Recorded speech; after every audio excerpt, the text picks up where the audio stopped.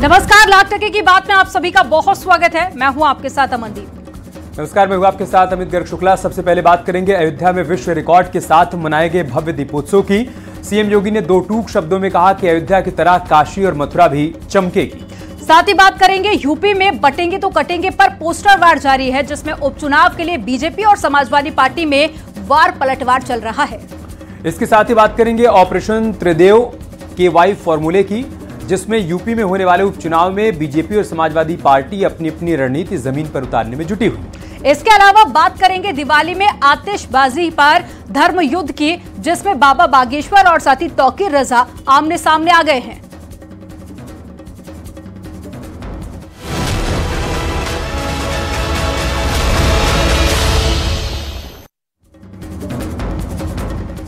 अयोध्या में राम मंदिर की प्राण प्रतिष्ठा के बाद पहली बार भगवान राम के आगमन पर दीपोत्सव मनाया गया। मुख्यमंत्री योगी आदित्यनाथ ने कार्यक्रम का शुभारंभ पहला दिया जलाकर किया। राम की पैड़ी, चौधरी चरण सिंह घाट और भजन संध्या स्थल पर दियों को जलाया गया। अयोध्या में भव्य दीपोत्सव का आयोजन हुआ। इस मौके पर मुख्यमंत्री योगी आदित्यनाथ ने श्री राम स्वरूप की आरती भी उतारी। दीपोत्सव समारोह में झांकियों की एक शोभा यात्रा भी निकाली गई। रिकॉर्ड बनाने वाले इस दीपोत्सव में मुख्यमंत्री योगी आदित्यनाथ ने कहा कि सनातन आस्था को आगे बढ़ाने की अयोध्या तो बस शुरुआत है, मथुरा काशी भी ऐसे ही चमकेगी। सनातन के अभी बहुत सारे काम बाकी हैं।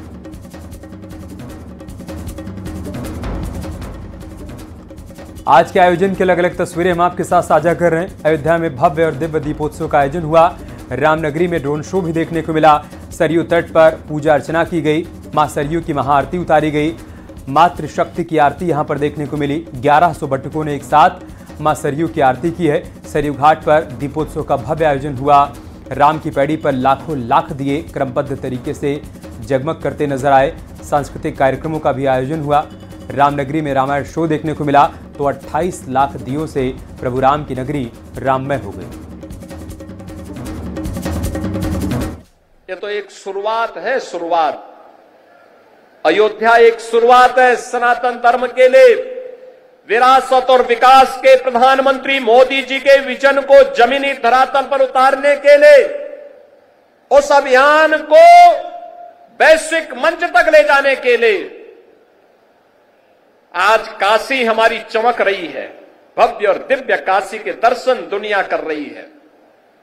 आज हमारा अयोध्या धाम जो भी आता है, मैंने 22 जनवरी को दृश्य देखा है, 23 जनवरी को मैंने वह दृश्य देखा है, जब देश भर से आए हुए श्रद्धालु अयोध्या में भगवान राम के मंदिर का दर्शन करते थे। उनके आंखों में खुशी के आंसू थे।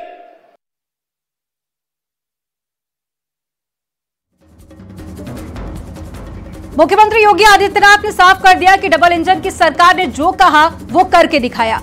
अब अयोध्या की बारी है। जानकी की अग्नि परीक्षा बार बार नहीं होनी चाहिए। इसके अलावा सीएम योगी आदित्यनाथ ने अपने संबोधन में विपक्ष पर भी जमकर निशाना साधा और साथ ही साथ अयोध्या वासियों के साथ देशवासियों को दीपोत्सव की शुभकामनाएं दी। और मैंने उन लोगों के भी काले कारनामे देखे हैं जिन्होंने राम भक्तों के लहू से अयोध्या को और सरयू मैया को लहूलुहान किया था। वह दृश्य भी हम लोगों ने अयोध्या के अंदर देखा है और इसीलिए मैं आपको एहसास कराने के लिए आया हूं। आज हमने जो कहा, ये डबल इंजन की सरकार ने जो कहा था वह तो करके दिखा दिया। अब अयोध्या की बारी है। अयोध्या को फिर से अपने आप को साबित करने की बारी है। और याद रखना, ये मां सीता की अग्नि परीक्षा बार बार नहीं होनी चाहिए।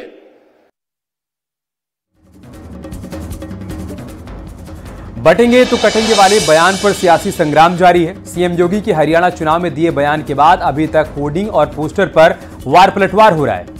लखनऊ में समाजवादी पार्टी ने नई होर्डिंग लगाई है। समाजवादी पार्टी ऑफिस के सामने ये होर्डिंग लगाई गई, जिसमें ना बटेंगे ना कटेंगे, पीडीए के संग रहेंगे का स्लोगन लिखा हुआ था। वहीं आगरा में बटेंगे तो कटेंगे की होर्डिंग लगाई गई थी और इस होर्डिंग के फाड़े जाने पर हिंदू संगठन में नाराजगी भी देखी गई। इसी पर आपको एक रिपोर्ट दिखाते हैं। मैंने कहा था ना कि बटोगे तो कटोगे, एक रहोगे तो नेक रहोगे।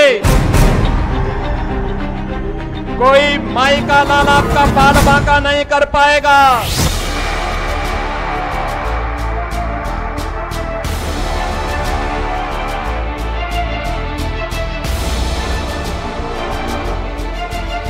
हरियाणा में बम्पर जीत के बाद जहां यूपी में 9 सीटों पर उपचुनाव को लेकर बीजेपी के हौसले बुलंद हैं, वहीं सीएम योगी के चुनाव के दौरान दिए बयान बटोगे तो कटोगे पर सियासत तेज है। मैंने कहा था ना कि बटोगे तो कटोगे। इधर बटेंगे तो कटेंगे नारे के खिलाफ समाजवादी पार्टी ने एक नई होर्डिंग लगाई है। समाजवादी पार्टी ऑफिस के सामने होर्डिंग लगाई गई है जिसमें लिखा है 27 के सत्ताधीश न बटेंगे न कटेंगे, पीडीए के संग रहेंगे। कि भारतीय जनता पार्टी की तरफ से जो नारा दिया जा रहा है उसका जवाब लगातार समाजवादी पार्टी कार्यालय पर उनके कार्यकर्ता दे रहे हैं। हालांकि ऑफिशियली समाजवादी पार्टी इस पर कुछ भी कहने और सुनने से बच रही है। सीएम योगी के इस बयान को बीजेपी ने अपना हथियार बनाया है, तो वहीं समाजवादी पार्टी इसकी काट में न बटेंगे न कटेंगे का नारा दे रही है। दोनों तरफ से पोस्टर वॉर जारी है। लोकसभा चुनाव में जब से भाजपा की ताकत कम हुई है, संख्या कम हुई है, भाजपा हताश है, निराश है, परेशान है, इसलिए वो तरह तरह के नारे गढ़ रही है। वो कहते हैं कि बटोगे तो कटोगे, लेकिन वो पिछड़ों को, दलितों को आरक्षण नहीं देंगे। वो कहते हैं कि बटोगे कटोगे, लेकिन महिला सुरक्षा पे कुछ नहीं बोलते हैं। बटेंगे तो कटेंगे, इस नारे ने बहुसंख्यक लोगों के बीच में जन जागरण का काम किया है। और जो लोग बांटने की ही राजनीति करते आए हैं, कभी धर्म के नाम पर, कभी जात के नाम पर, कभी संप्रदाय के नाम पर, कांग्रेसी, समाजवादी पार्टी के लोग, आज वो बहुत दुखी भी हैं। वहीं आगरा में भी सीएम योगी के समर्थन में बटेंगे तो कटेंगे वाले नारे की होर्डिंग लगाई गई, जिसे किसी ने फाड़ दिया। ये होर्डिंग जयपुर हाउस के राम सिया ने कई जगहों पर लगाई थी। होर्डिंग फाड़े जाने पर हिंदू संगठनों ने नाराजगी जताई है। राम सिया ही राम सिया है, बटेंगे कटेंगे का मतलब ये है कि हमें विशेष किसी को टारगेट नहीं करना। हम अपने जो हिंदुत्व के लोग हैं, जो ठाकुर, ब्राह्मण, क्षत्रिय सब लोगों में बटे हुए हैं, उन सबको इकट्ठा होने की एकजुट करने का प्रयास है। अभी बीते शनिवार को भी नोएडा में ऐसी ही होर्डिंग लगी थी जो चर्चा का विषय बन गई। हालांकि नोएडा अथॉरिटी ने इससे पल्ला झाड़ लिया और बाद में होर्डिंग को हटवा दिया गया। दरअसल हरियाणा में चुनाव प्रचार के दौरान सीएम योगी ने बांग्लादेश में हिंदुओं पर हुए अत्याचार को लेकर ये बयान दिया था और इस बयान ने बीजेपी के लिए चुनावी प्लान को धार देने का काम किया। मैंने कहा था ना कि बटोगे तो कटोगे।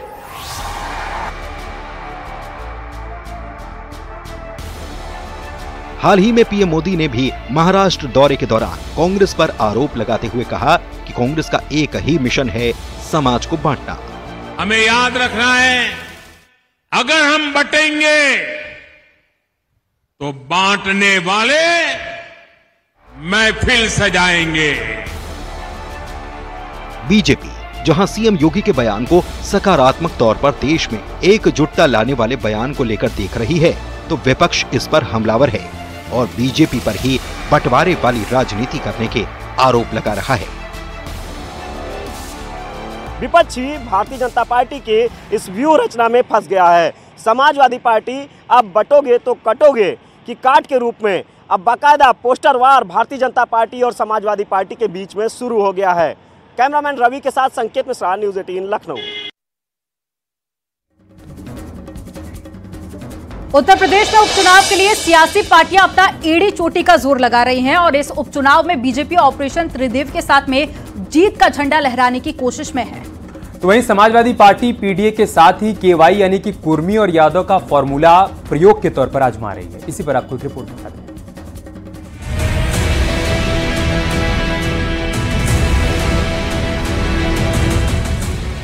यूपी में उपचुनाव को लेकर घमासान जारी है। बीजेपी और एसपी दोनों पार्टियां मिशन फतह करने के लिए अपनी अपनी रणनीति पर काम कर रही हैं। इसी रणनीति के तहत बीजेपी ने विपक्ष को बूथ स्तर पर ही चित्त करने के लिए ऑपरेशन त्रिदेव की व्यूह रचना शुरू कर दी है। बीजेपी महामंत्री संगठन धर्मपाल ने उपचुनाव में नया प्रयोग शुरू किया है। इस त्रिदेव अभियान के तहत उपचुनाव की सभी सीटों पर त्रिदेव बैठकें शुरू की जा रही हैं, जिसमें त्रिदेव में बूथ अध्यक्ष, बूथ पालक, BLA शामिल। उपचुनाव वाली सीटों पर की जा रही बैठकें 60% वोटर्स वाले बूथ पर त्रिदेव की नजर। सभी को मिली है बूथ जिताने की जिम्मेदारी। शक्ति केंद्र संयोजकों, प्रभारी को जिम्मेदारी, प्रवासी मंडल अध्यक्ष, मंडल प्रभारी को भी जिम्मेदारी। मजवा में महामंत्री संगठन धर्मपाल ने ऑपरेशन त्रिदेव की शुरुआत की और बीजेपी ने बूथ स्तर पर बूथ लेवल एजेंट की पहली बार तैनाती भी की है। मतदान के दिन बूथ का अध्यक्ष महाभारत का अर्जुन होता है। भारतीय जनता पार्टी ने त्रिदेव फार्मूले पर काम करना शुरू किया है, जिसमें बूथ का अध्यक्ष, बूथ का पालक और BLA को मिलाकर बैठकें शुरू हो गई हैं और जिसका एक सकारात्मक परिणाम अभी 9 विधानसभाओं के उपचुनाव में आएगा सामने। क्योंकि भारतीय जनता पार्टी का स्पष्ट मानना है, जो प्राथमिक इकाई है वही जड़ होती है और जड़ मजबूत होता है तो एक अच्छा और फलदार वृक्ष निकलता है। ऑपरेशन त्रिदेव के तहत बूथ अध्यक्ष, बूथ पालक और BLA का काम भी बटा है। मसलन बूथ लेवल एजेंट अपने बूथ की वोटर लिस्ट चेक करेगा, जैसे कोई वोट छूटा तो नहीं, उसका वोटर लिस्ट में नाम जुड़वाना, फर्जी वोटर्स का नाम कटवाना। फिर जिम्मेदारी शुरू होती है बूथ अध्यक्ष की। वो अपने बूथ के सभी वोटर्स को बूथ तक ले जाकर मतदान कराएंगे। बूथ पालक समेत 20 सदस्यीय टीम इस काम में पूरा सहयोग करेगी। बीजेपी की रणनीति है कि बूथ स्तर पर ही विपक्ष को चित किया जाए। यही वो वजह है कि उपचुनाव में भारतीय जनता पार्टी के महामंत्री संगठन धर्मपाल ने इस बार नया प्रयोग किया है। ये ऑपरेशन त्रिदेव है और त्रिदेव की बाकायदा बैठक सभी विधानसभा क्षेत्रों में भारतीय जनता पार्टी आयोजित कर रही है उपचुनाव की, और बीजेपी इस रणनीति से ही उपचुनाव को जीतने की व्यूह रचना कर रही है। बीजेपी की तरह समाजवादी पार्टी ने भी एड़ी चोटी का जोर लगाया है। अखिलेश यादव PDA के जरिए यूपी उपचुनाव की नैया पार लगाने में जुटे हैं। इस बार अखिलेश यादव ने KY यानी कुर्मी और यादव पॉलिटिक्स पर फोकस किया है। अखिलेश यादव अब नया प्रयोग कर रहे हैं, जिसमें वो यादव के साथ कुर्मी को जोड़ना चाहते हैं। समाजवादी पार्टी मानती है कि यादव और कुर्मी अगर जुड़ेगा तो उससे उत्तर प्रदेश में बड़ा सियासी समीकरण तैयार होगा। देखिए, सवाल यहाँ KY का नहीं है, सवाल समाजवादी पार्टी सभी समुदाय के, जैसा मैंने कहा कि समाजवादी पार्टी सभी समुदायों को लेकर चलती है। उसी के तहत PDA हमारी रणनीति है। PDA में जो है वो सभी पिछड़े हैं जो इस सरकार में पिछड़ गए हैं, चाहे वो किसी जाति, किसी समाज या किसी धर्म या किसी वर्ग से आते हो। उसी तरीके से दलित समाज इस सरकार में जो है भारतीय जनता पार्टी की जब से सरकार आई है, चाहे दलित समाज हो, चाहे मुस्लिम समाज हो, चाहे अल्पसंख्यक समाज हो, चाहे अगड़े जो पिछड़ गए हैं, वो सभी आज की तारीख में समाजवादी पार्टी और इंडिया गठबंधन के साथ हैं। उत्तर प्रदेश की धरती को सियासत के नए नए प्रयोग के लिए जाना जाता है। मंडल कमीशन से लेकर न जाने कितने प्रयोग उत्तर प्रदेश की सियासी जमीन पर हुए हैं। एक ओर ऑपरेशन त्रिदेव चल रहा है, दूसरी ओर KY फॉर्मूला प्रयोग किया जा रहा है। लेकिन इस बार के बाई इलेक्शन में यादव, कुर्मी और मुसलमान का नारा दिया जा रहा है, जिसमें खास तौर से कुर्मी को जोड़कर समाजवादी पार्टी देख रही है। अगर ये नारा बाई इलेक्शन में सफल हुआ तो 2027 के लिए समाजवादी पार्टी नए तरीके से तैयार हो जाएगी। कैमरा पर्सन रवि के साथ अलाउद्दीन, न्यूज़ 18 लखनऊ।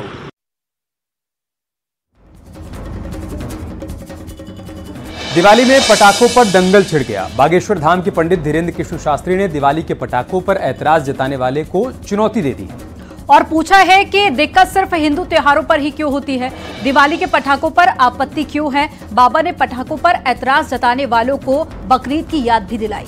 उनके बयान पर मुस्लिम धर्मगुरु मौलाना तौकीर रजा ने पलटवार किया। कहा कि दीपावली रोशनी का त्योहार है, न कि धमाकों और पटाखों का त्योहार है।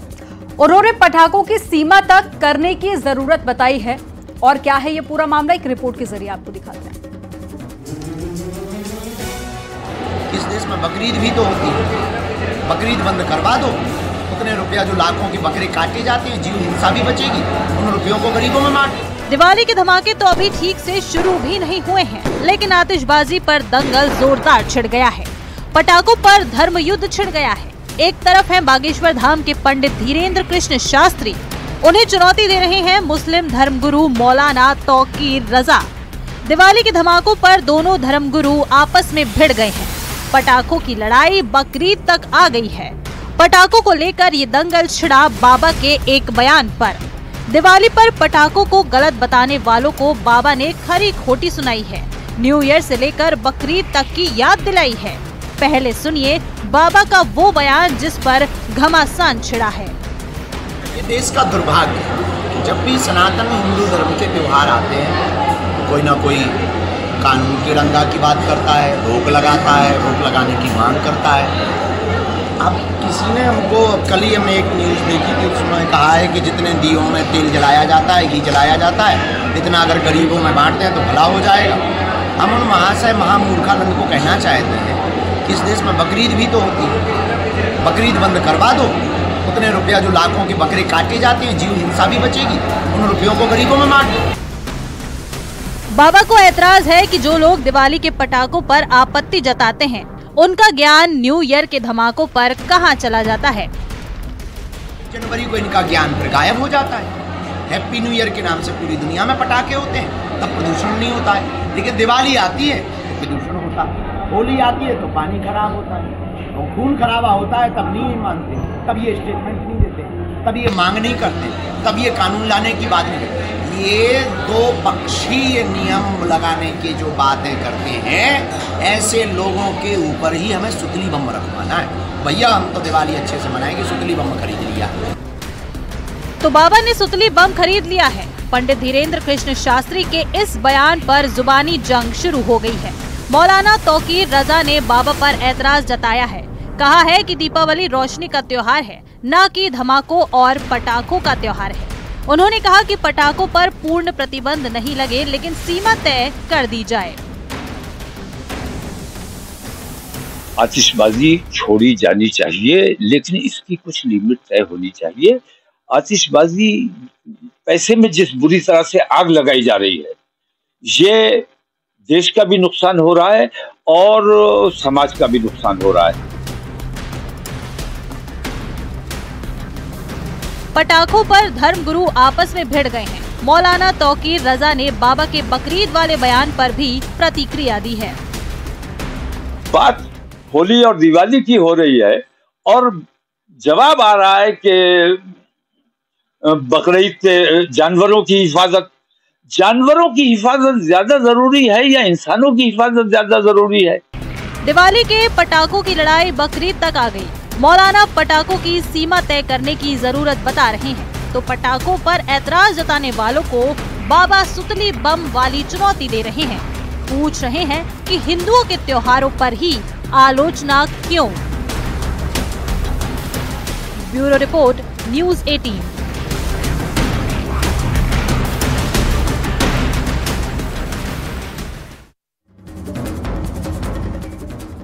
उत्तराखंड में दिवाली को लेकर एक बड़ा कंफ्यूजन हो रहा है। अब सवाल यह है कि दिवाली कब है। उत्तराखंड में पंडित अलग अलग दिन दिवाली मनाने की बात कह रहे हैं, तो कर्मचारियों को 2 दिन की छुट्टी भी मिल गई है। वहीं 2 दिन दिवाली पर सियासत भी खूब हो रही है।